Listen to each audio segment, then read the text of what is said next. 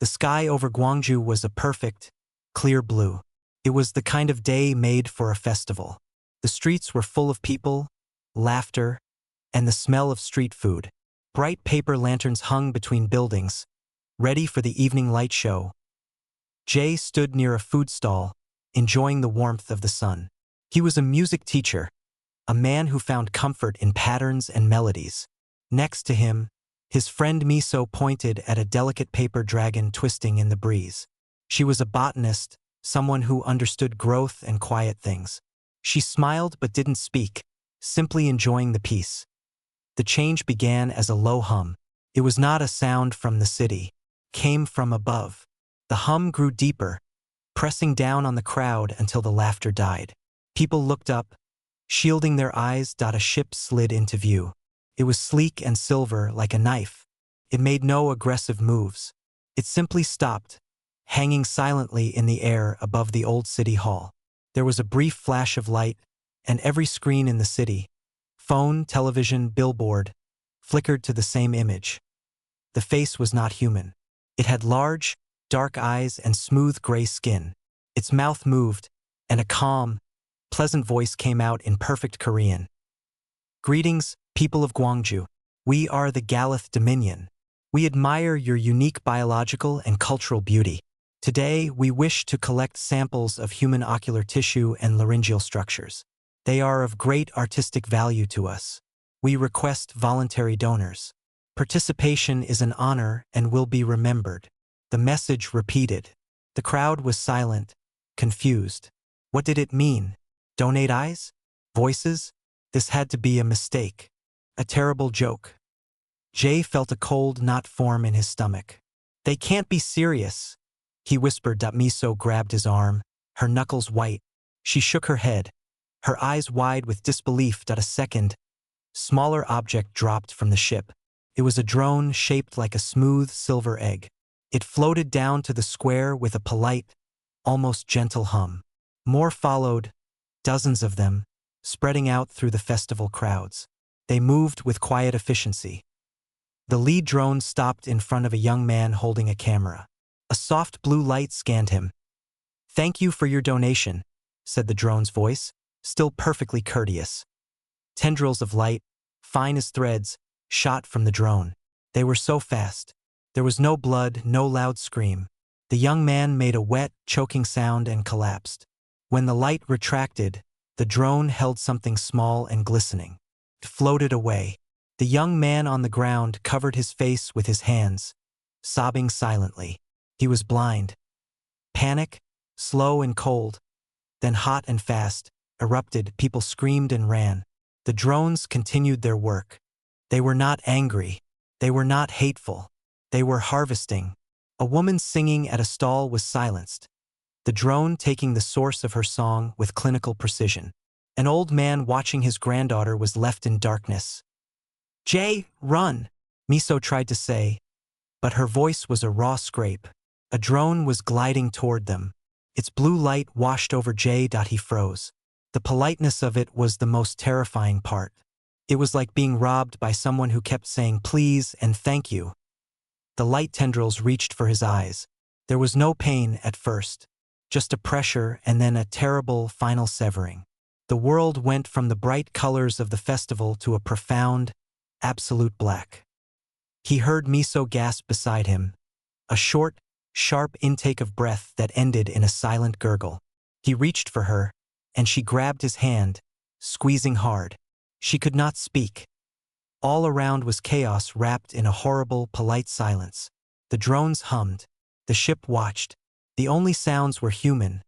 Cries of terror, screams of pain, the thuds of bodies falling. The Festival of Light had become a harvest in the daylight. It lasted for 10 minutes. Then, as suddenly as they had come, the drones rose, carrying their precious, terrible collection.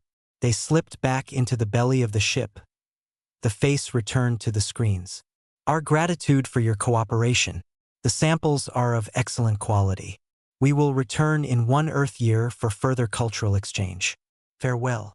The ship turned, a shimmer in the air, and vanished into the blue sky. Jay knelt on the ground, holding Miso's shaking hand. He could not see the destruction. He could not see the people stumbling, sightless and silent. But he could hear it. The moans, the weeping, the confused calls for help from those who could still speak. Miso squeezed his hand twice. She was still there. He could not see her, and she could not tell him she was okay. But she was there. In the distance, sirens began to wail. The sun still shone. The paper lanterns fluttered in the breeze, bright and cheerful over a city that had just learned a terrible truth. The universe was not a place of monsters that roared. It was a place of collectors who asked politely and then took what they wanted. The world was different after Gwangju. The sky, once a source of wonder, was now a threat. The silence between people was heavier. A year was not a long time. In New York, a new building stood where an old one had been. It was the seat of the Galactic Council on Earth. Its smooth white walls were meant to look peaceful. Inside, Ambassador Park Ji-hwan prepared to speak. He looked tired. His job was to make the council understand. He had been doing it for 11 months. In a rehabilitation center in Seoul, Jay learned to navigate a world he could not see. The sounds were his guide now. The tap of his cane, the beep of a crosswalk, the direction of voices. Miso was often beside him. She communicated with a tablet. Her words came out in a flat, electronic voice. She hated the sound of it. The same center. Hannah helped them. She was a physical therapist, but she had been a soldier once. She moved with a quiet strength.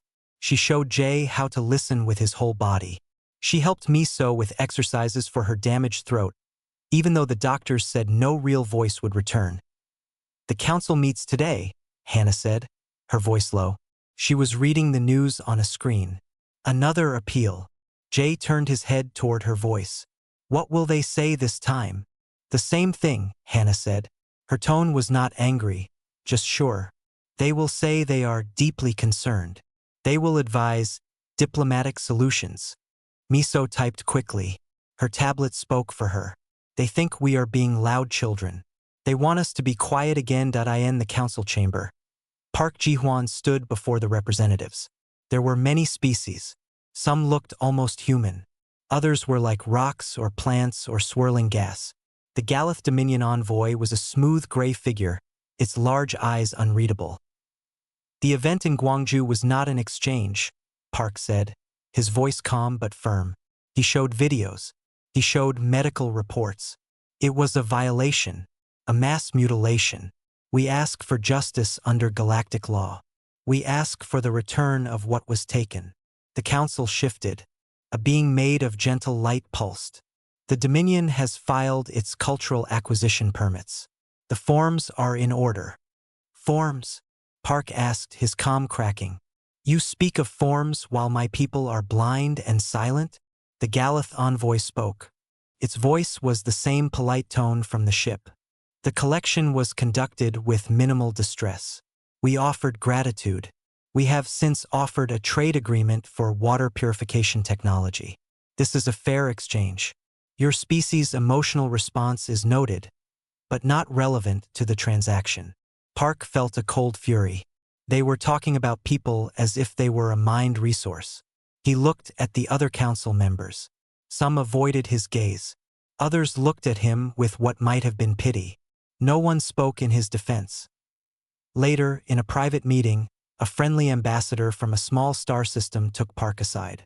You must understand, the ambassador said, his four hands moving softly. The Galactic are old. They are powerful. Their legal frameworks are complex. To challenge them is to challenge the stability of the council itself. Perhaps a compromise? A quota for their next visit? To save more of your people. Park returned to his office. He looked out at the earth, blue and green below. Compromise. Quota. The words tasted like ASH.AT. The rehab center. Taeyong visited. He was an engineer, a friend of Miso's from university. He was not good with people, but he was brilliant with machines. He brought a small device and set it on a table. I have been analyzing all the public footage from Gwangju, he said. The harvester drones. Hannah leaned forward. What did you find? Nothing good, Taeyong said. He looked at Jay and Miso. Their technology is far ahead. Our weapons would be like throwing stones. But I see a pattern in their energy signatures. They are designed for efficiency, not for war. Miso typed. What does that mean? It means, Tae-young said, pointing to wavy lines on his screen, they expect compliance. They are built to handle fear, submission, even polite protest. Their systems are optimized for that. But look here, in this one clip where a man charged at them with a metal pole, screaming. He played the video. The drone had paused for a half-second, its light scanning the man wildly before disabling him. It hesitated, Hannah said. It processed, Tae-young corrected. Raw, aggressive rage is an illogical data stream for them. It is impolite. It confuses their systems for a moment. The room was quiet. Jay, who had been listening carefully, spoke into the silence. So our politeness is what they use against us. Our fear makes us easy to sort. Exactly, Tae-young said. Hannah looked from Jay's sightless eyes to Miso's silent frustration to Tae-young's graphs. Then the only thing they don't have a form for, she said slowly, is us being rude. Outside, the sun set. The Galactic Council issued a final statement. It expressed sincere hope for a mutually agreeable resolution and urged continued dialogue. The official response from Earth's governments was fractured and weak. Some called for preparation for war. Others begged for more negotiation. Park Ji-hwan sat in the dark, listening to the statement. He had run out of polite words. He thought of the people in Gwangju. He thought of a quota. The idea made him feel sick. The one-year mark was 2 weeks away. The polite, humming ships would return. Everyone knew it. The world held its breath, waiting for a solution that would not come. The only plan taking shape was in a small rehab room, based on a simple, terrible idea. To survive the polite monsters, humanity might have to become monsters they could not understand. The message arrived exactly 1 year to the minute after the ships left Gwangju. It appeared on every screen just like before. The face of the Galath envoy was calm and pleasant. Greetings, people of Earth. We return as promised. We thank you for your prior contribution. Our analysis confirms the high value of your species' biological art. We now propose a structured memorandum of understanding for ongoing cultural exchange. The screen showed a list. 5 cities. Seoul was on the list. The message detailed time windows and projected collection numbers. It was a schedule for a slaughter. It was written in perfect, polite legal language. The world did not freeze in shock this time. It erupted in rage. Protests filled the streets of every named city. But the protests were different now. There was less panic, more cold anger. People held signs with simple words, "No." They did not chant for justice. They just shouted a single solid word. No. In the rehabilitation center, Tae-young's small room was covered in screens and notes. Miso was with him, her tablet connected directly to his computers. She had spent the year compiling every piece of data from survivors, heart rates, brainwave patterns, stress hormones from the moment of harvesting. She gave Tae-young the language of human fear. They are coming for Seoul in 48 hours, Hannah said, standing in the doorway. She was not in her therapist's clothes. She wore simple, dark clothing that was easy to move in. Jay stood beside her, a hand on the wall for orientation. The army? Tae-young asked, not looking up from his screen. They will be there, Hannah said. But their orders are to contain, to defend, not to escalate. The governments are still talking. Jay made a sound of disgust. They are still being polite. Miso typed rapidly. Her electronic voice filled the room. We have to show them. We have to test the theory. Publicly. Tae-young finally looked up. His eyes were tired but sharp. The drones read biosignatures. Fear, submission, despair. These are polite emotions to them. Expected. Their systems process them smoothly. But pure, focused aggression, it's a system error. It's like shouting nonsense at a machine built for poetry. How do we make a whole city feel aggressive? Hannah asked. Not scared, not panicked. Angry, deliberately angry. Jay turned his head. You don't make them feel it. You remind them they already do. You give them a target for the anger they have been swallowing for a year. 2 days later, the sky over Seoul turned gray, not with clouds, but with the smooth, silent underbelly of a Galath harvest ship. Smaller ships detached. Dozens of egg-shaped harvesters began their slow, polite descent toward the city center. This time, the military had created a perimeter. Soldiers stood with weapons ready, but their faces were tense with conflicting orders. The world watched on live video feeds. The lead harvester reached the ground in Gwanghwamun Square. The same soft blue light scanned the crowd of soldiers and civilians who had refused to leave. A gentle hum filled the air. "We are here for the scheduled cultural exchange," the drone's voice announced. "Please form orderly lines for donation." A young soldier in the front line began to shake. It was the fear response. The drone's light focused on him, tendrils beginning to form. Then, a new sound cut through the HUM.IT was not a scream of terror. It was a roar, a raw, human shout of pure defiance. It came from a group of people moving through the crowd. They were not soldiers. They were ordinary people, men and women, old and young. Hannah was at the front of them. They did not carry guns. They carried nothing at all. They had been trained for 1 week in a basement gym, not in fighting, in feeling, in channeling every bit of grief, every moment of humiliation, into a single focused emotion. Rage.S1, they charged the drone. Not to attack it with hands. They charged it with their intent. Their faces were not twisted in panic, but set in cold, clear hatred. They screamed not in fear, but in challenge. The drone's smooth light flickered. The forming tendrils jerked back. It scanned the group, its hum rising in pitch. It was processing. The data stream of their collective biosignatures, the spiking adrenaline, the focused cortisol, the absolute absence of fear, did not match its polite encounter parameters that IT hesitated. Another drone nearby, targeting a crying woman, also stuttered as a second group from Hannah's network surrounded it, shouting and pounding the ground with their feet, creating a wall of aggressive sound and intent.IT was only a pause, a brief system recalibration. Then, a pulse of white light erupted from the main harvester. It was a non-lethal suppression wave. Everyone in the square was knocked off their feet. Hannah hit the ground, the breath gone from her lungs.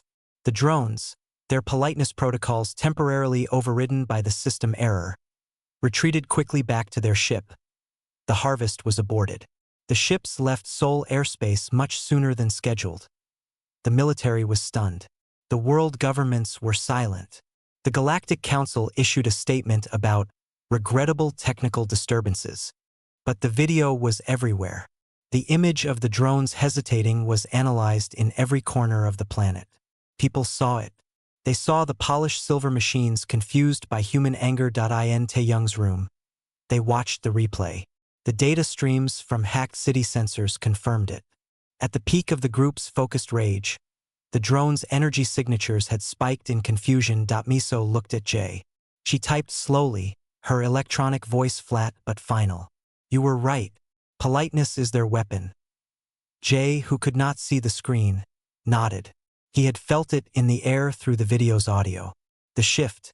They don't know what to do with us when we are not afraid," he said. "When we are not polite."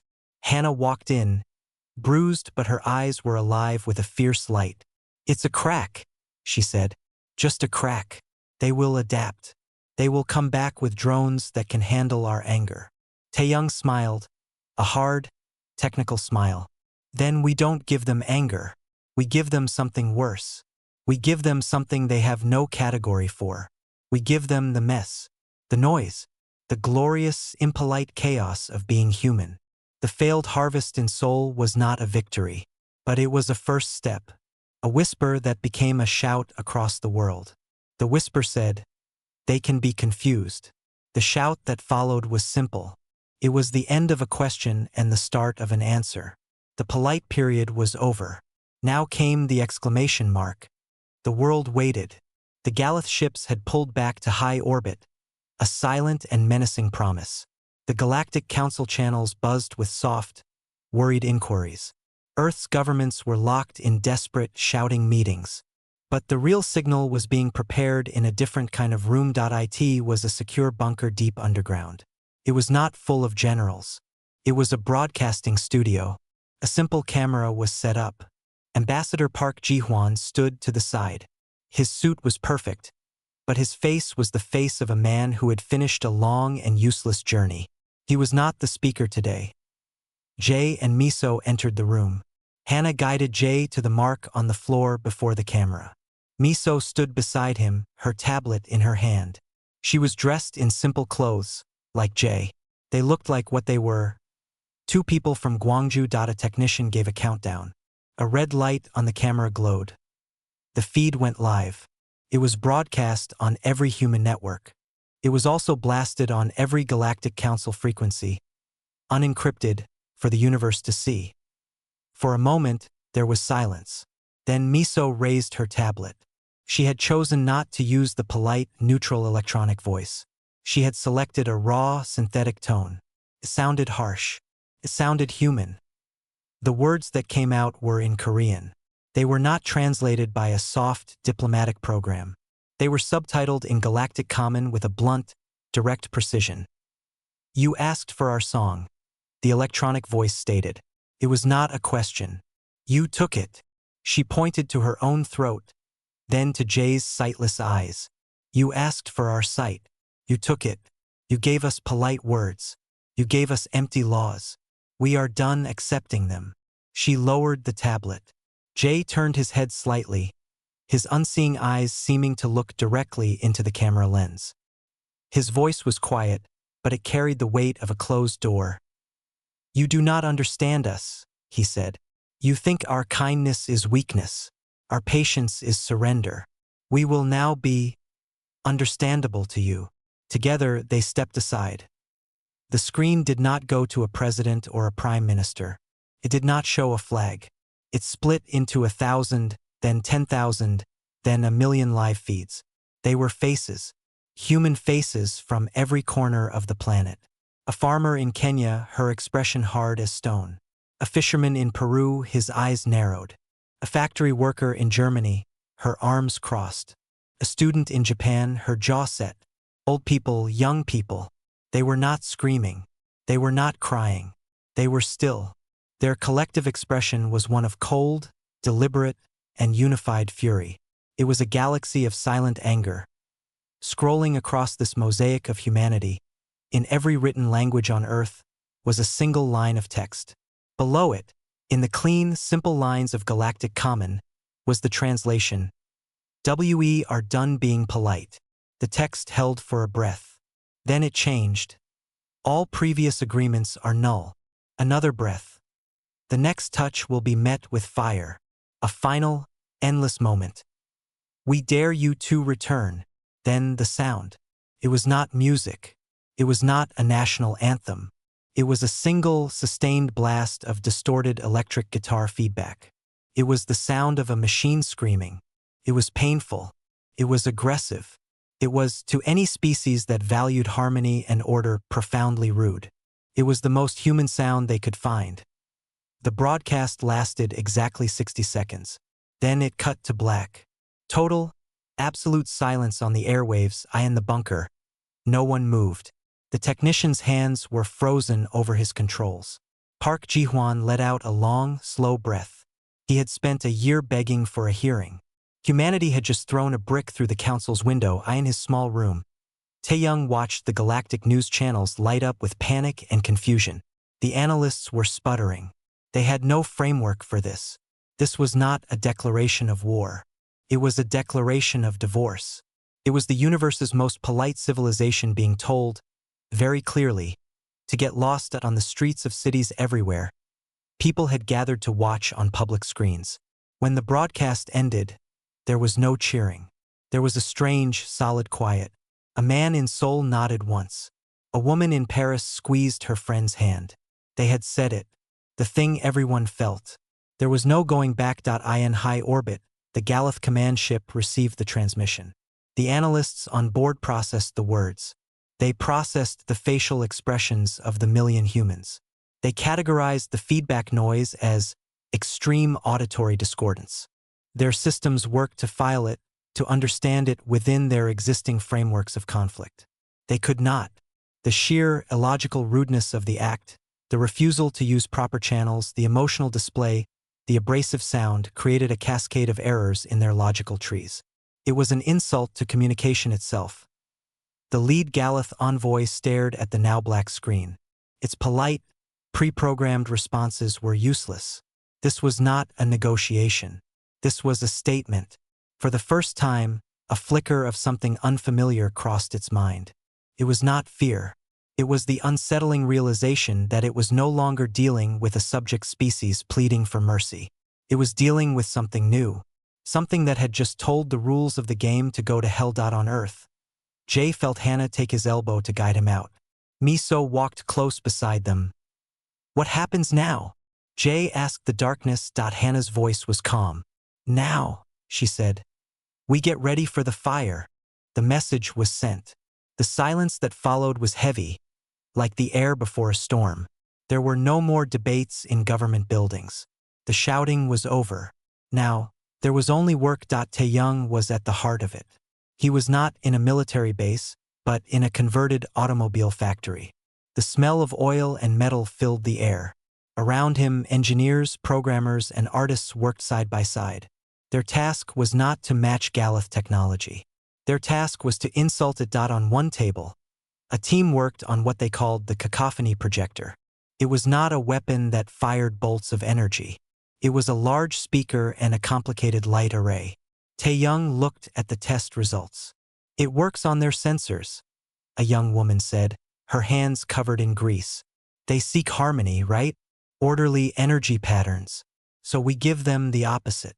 She tapped a screen. Random noise bursts across every audio and light spectrum. Shattered glass sounds, screeching animals, static, flashing lights with no rhythm. It's painful for them to process. It's like throwing mud on a clean window. Tae-young nodded. It was a start. In another part of the vast factory, Hannah trained people. But she was not teaching them to shoot. She stood before a group of men and women. They were volunteers from all walks of life. "We cannot fight their drones with bullets," Hannah said, her voice clear in the open space. "They will adapt to our anger. So we must be unpredictable. We must be chaotic." She pointed to a series of painted symbols on a wall. They were ugly, jagged things. "These are not our words. These are shapes that cause discomfort in their visual processing. They find them rude." She handed out cans of spray paint. "Your first weapon is graffiti. Tag their ships, their drones, their buildings. Make them look at something ugly." The volunteers looked at the cans, then at each other. Felt silly. But they remembered Gwangju. They remembered the polite hum. They took the cans. Miso and Jay worked in a quiet corner with a different team. Miso typed on her tablet, and Jay listened carefully. Their project was the smallest and most insidious. They called it the rust bug. "A Galath ship's hull is self-repairing," Miso's electronic voice explained to the chemists. "It is designed for cosmic radiation and meteor dust. It is not designed for this." She brought up a formula on her screen. Jay added, "It is a nanite, but not to destroy, to corrupt, to etch. Carries a compound we designed. When it touches their polished metal, it spreads. It does not make holes. It makes stains. It writes words in corrosion. Human words, swear words, the names of the cities they hurt." A chemist smiled a thin, hard smile. "So when they look at their perfect ships, they will see our anger etched into the metal." "Yes," Jay said. "We will make them remember us every time they look in the mirror." Weeks passed. The Galath did not return in force, but a single scout ship appeared at the edge of the moon. It was a test. A probe to see if humanity's declaration was real. Earth's old military radars tracked it. Old missiles were ready. But the order from the new human command was different. The order was, use the new tools. As the sleek Galath scout entered Earth's orbit, it began its standard, polite scan. It sent a routine greeting signal. It received a reply, but not on a communication channel.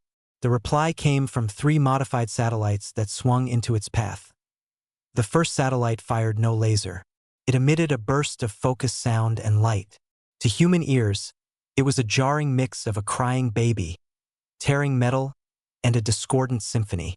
To Galath sensors, it was a blinding, screaming wall of nonsense data.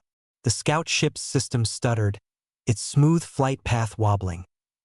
The second satellite released a cloud of fine, almost invisible dust. The dust was filled with Miso and Jay's rust bugs. The microscopic machines settled on the scout's hull. Within minutes, thin, dark lines began to spread across its silver surface. The lines formed patterns. They formed the galactic common symbols for thief and coward. The scout ship, confused and now visually profaned, turned to retreat. As it did, a small, fast drone from Earth approached. It did not attack. It matched speed with the scout. Then, using a high-powered projector, it painted a large, glowing, and very rude human hand gesture on the scout's main viewport before zipping away. The scout ship jumped away faster than any had ever seen a Galath ship move. Back on Earth, the data was collected. The cacophony projector had caused a 400% increase in the scout's internal error logs. The rust bugs were slowly eating their rude message deeper into the hull. The painted gesture had completely blinded their primary optical sensors for 12 seconds. Tae-young looked over the reports in the factory. He allowed himself a small, tired smile. "They came to scan us," he said to Hannah, who stood beside him. "We did not shoot them. We did not even shout at them. We threw a digital pie in their face and wrote on their walls with permanent marker." Hannah watched the video of the scout ship fleeing. "They can handle a fight," she said quietly. "They know what war is. But this is not war. This is us being the most annoying, disrespectful, and creatively unpleasant neighbor in the galaxy. They have no protocol for this." In the quiet corner, Miso showed Jay the images of the corroded words on the scout ship's hull. He could not see them, but she described them in detail. Jay listened, then said, "Good, let them clean it up. Let them scrub every ship, every drone, forever. Let our first contact be a stain they can never remove." The Galath scouts' humiliation was a ripple that became a wave. The wave crashed into the halls of the Galactic Council. The council chamber was in an uproar, a quiet, dignified kind of uproar. The Galath Dominion's envoy stood before the assembly, its smooth gray skin reflecting the agitated lights of other species. "This is not conflict," the Galath envoy stated, its voice still clinging to politeness. "This is vandalism. It is chaos. The human species has shown itself to be psychologically unstable, a danger to galactic order. We move for a sterilization mandate to protect the cultural and biological stability of this region." The word sterilization hung in the air. It meant the burning clean of a world. It was a legal term, polite and terrible. From the human delegation's seat, Ambassador Park Ji-hwan stood. He did not adjust his suit. He did not open a formal document. He simply looked at the Galath, and then at the circle of strange faces that governed the local stars. "You speak of stability," Park said. His voice carried no emotion. It was a flat statement. "For a year we came to you. We showed you our wounds. We used your laws. We were polite. You told us to negotiate a quota for our own mutilation." He paused, letting the ugly word quota settle among them. Some of the beings shifted uncomfortably. "The Galath do not see war," Park continued. "They see harvest. They do not see people. They see artifacts. Their politeness is a tool. It is the sheen on a knife. We have simply refused to be polite in return." A representative from a species like swirling gas spoke, its voice a soft chime. "Your new methods are uncivilized. They are an affront to communication." Park turned to the being. "Is it more civilized to politely take a being's eyes? Or is it more civilized to be rude, and to keep them?" He let the question sit. "You have a choice today. You can sanction the Dominion for its predation, or you can stand with them. But know this, if you stand with them, you are not declaring war on a military. You are declaring war on an idea." The chamber was silent. "What idea?" chimed the gas being. The idea that we will be harvested, Park said, his voice finally rising, sharp and clear. The Galath's politeness was a license to steal. We have revoked it. If you side with them, you tell every young species in this council that the strong may politely carve up the weak. And we will show you what the weak learn when they are done with tears. We will extend our new communication style to any who stand between us and the ones who maimed our people. We will be the most unpleasant, unpredictable, and understandable problem you have ever known. Not for a year, for centuries. He sat down. The threat was not one of victory, but of endless, grating resistance. It was a promise of a universe made messy. The council debated. It was a long, tense silence filled with private data streams and closed-door talks. The Galath were powerful. Their trade was valuable. But the image of their pristine ships stained with rude graffiti was powerful too. The memory of the screaming, discordant broadcast was fresh. Humanity was not offering a fight they could win honorably. They were offering a fight that would get dirt on everyone's clothes that I in the lobby outside. Park waited. Jay, Miso, and Hannah stood with him. They were not official delegates. They were exhibits. Living proof of the cost. A small delegation approached. They were the Rochelle, a species that looked like slender trees with bark-like skin. They had always been quiet in the council. Their ambassador bowed slightly, a rustling sound. Long ago, the Rochelle ambassador said, its voice like leaves in the wind. The Galath came for our world's core song. They said it was a unique resonance. They were very polite. They took it. Our world has been silent ever since. We said nothing. We were polite. The ambassador looked at Jay's unseeing eyes, at Miso's silent throat. You are not silent. Your noise is ugly. It hurts our old ears. But it is a noise we wish we had made. The Rochelle moved away. Then another delegate, from a species of small amphibious beings, came and offered Park a data crystal. A list of names. The being bubbled softly. Worlds who remember the polite harvesting. They will vote with you. The vote, when it came, was not a victory for justice. It was a calculation. The Galath Dominion was found to be in violation of cultural preservation statutes. A minor, technical charge. The punishment was a strict economic and diplomatic embargo. It was a slap on the wrist.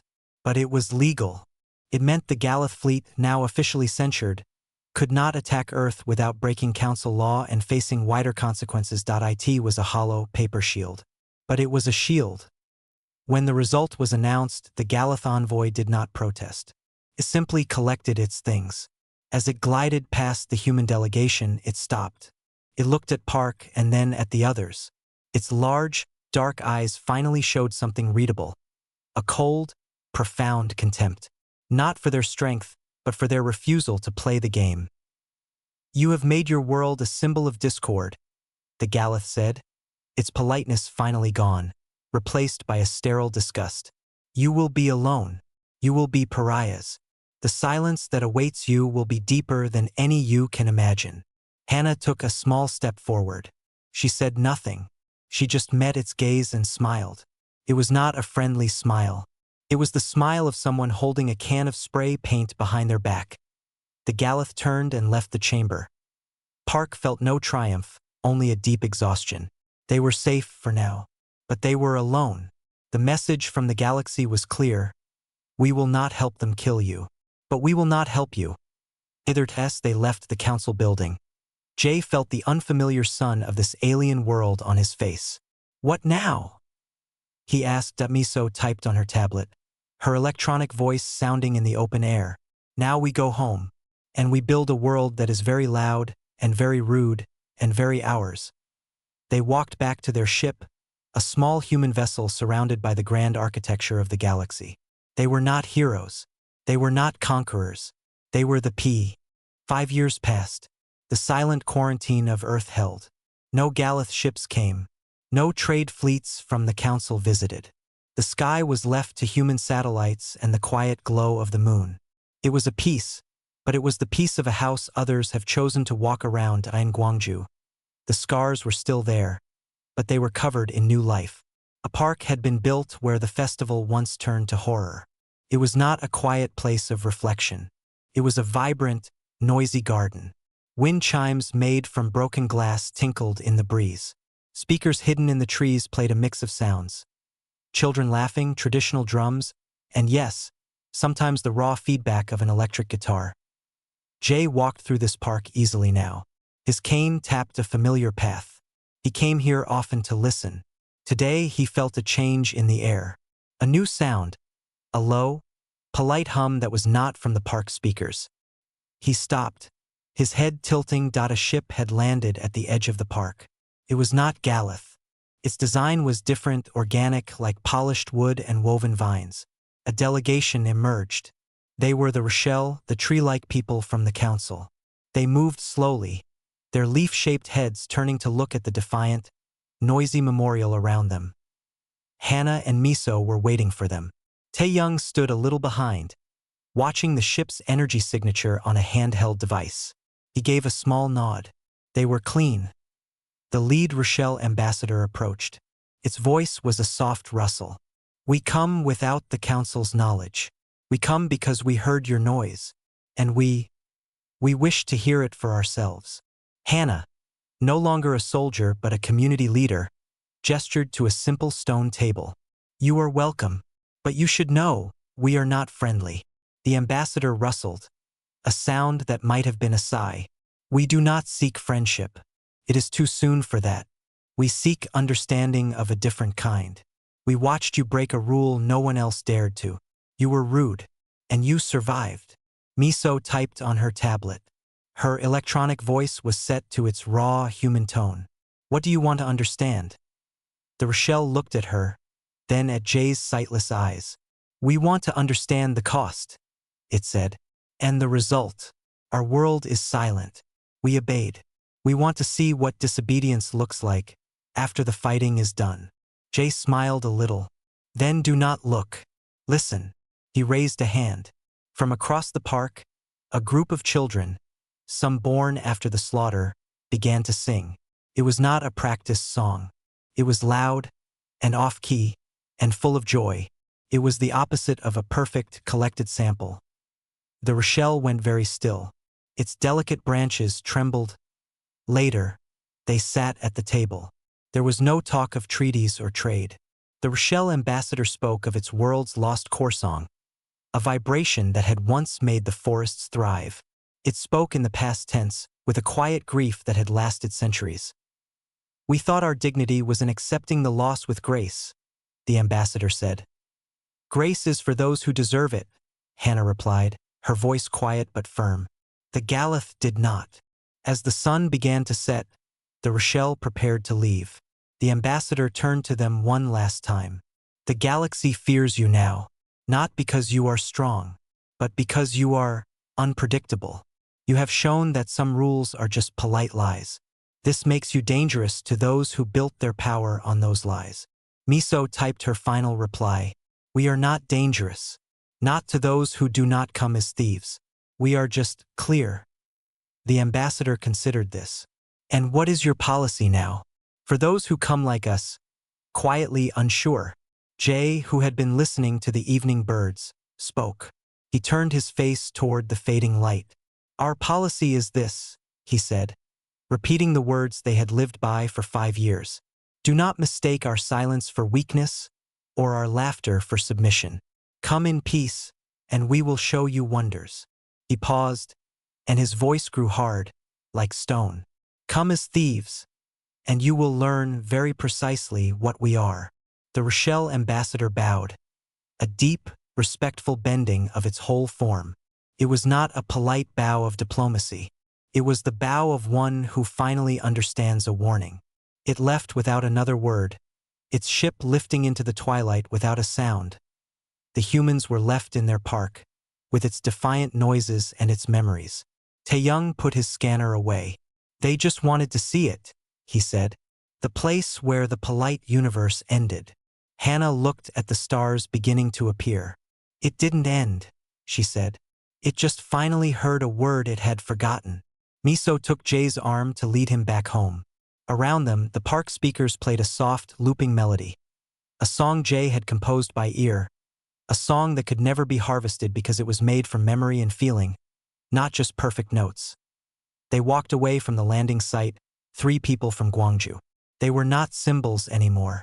They were just people living in a world they had insisted on keeping. A world that was no longer polite, but was, finally and forever, theirs.